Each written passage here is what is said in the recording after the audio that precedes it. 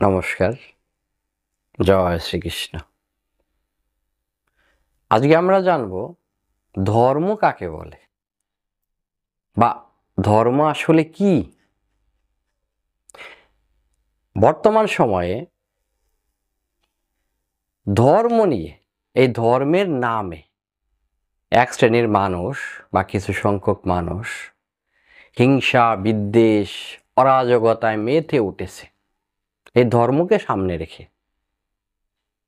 তাই আসুন আজকে আমরা জেনে নেই ধর্মের লক্ষণগুলো কি কি, বা ধর্ম আসলে কি, আর সনাতন ধর্মই বা কাকে বলে। চলুন জেনে নেওয়া যাক। সংস্কৃত ধৃ ধাতু হতে ধর্ম শব্দের উৎপত্তি।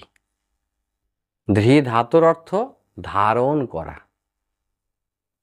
যা আমাদের প্রকৃত এবং মূল সত্তাকে ধারণ করে, অর্থাৎ আমাদের আত্মাকে যা ধারণ করে তাই ধর্ম। আমাদের স্বরদর্শনের, 6টি দর্শনের চতুর্থ দর্শন হচ্ছে বৈশেষিক দর্শন। মহর্ষি কনাদ প্রণীত সেই বৈশেষিক দর্শনে বলা হলো, যত বুদ্ধয় নিঃশ্রেয় স্বসিদ্ধি স্বধর্ম, যাহা হইতে অভ্যুদয় অর্থাৎ ইহলোক এবং পরলোকে উন্নতিজনক সুখ লাভ হয় এবং নিঃশ্রেয়স অর্থাৎ মুক্তি লাভ হয়, তাকেই ধর্ম বলা হয়। সাধু সন্তগণ আবার বললেন, যা আমাদের নিজেকে জানার এবং ঈশ্বরকে জানার যে জিজ্ঞাসা, যে আগ্রহ, যে ইচ্ছা আমাদের মনে বা হৃদয়ে জাগ্রত করে দেয়, তাকেই ধর্ম বলে। দার্শনিকগণ আবার বললেন, এই বিশ্ব ব্রহ্মাণ্ডের সব কিছুর বিশৃঙ্খলা প্রতিরোধকারী নীতিকেই ধর্ম বলে, নিয়মকেই ধর্ম বলে। বিশৃঙ্খলা সৃষ্টিকারী নয়, বিশৃঙ্খলা প্রতিরোধকারী নিয়মকেই ধর্ম বলে। এখানে মহর্ষি মনু আবার বললেন, ধর্মের তিনি যে ব্যাখ্যা দিলেন তা সমস্ত দেশ, কাল, সমস্ত মানুষের জন্য অত্যন্ত উপযোগী, অনুসরণীয়। মনুসংহিতায় তিনি বললেন,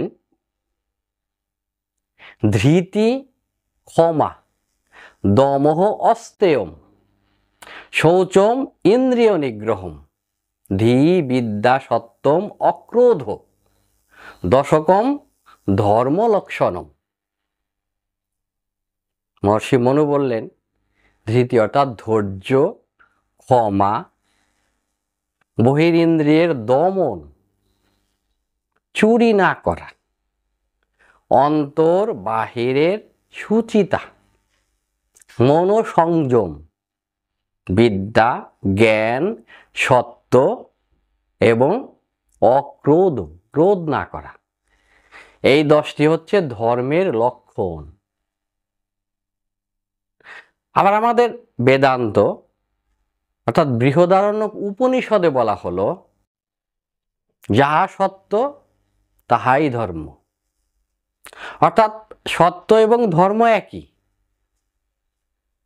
তাই তো কোনো ধার্মিক ব্যক্তি যখন কথা বলেন, কিছু বলেন, তখন লোকজন বলেন, মানুষে বলেন যে উনি সত্য বলিতেছেন।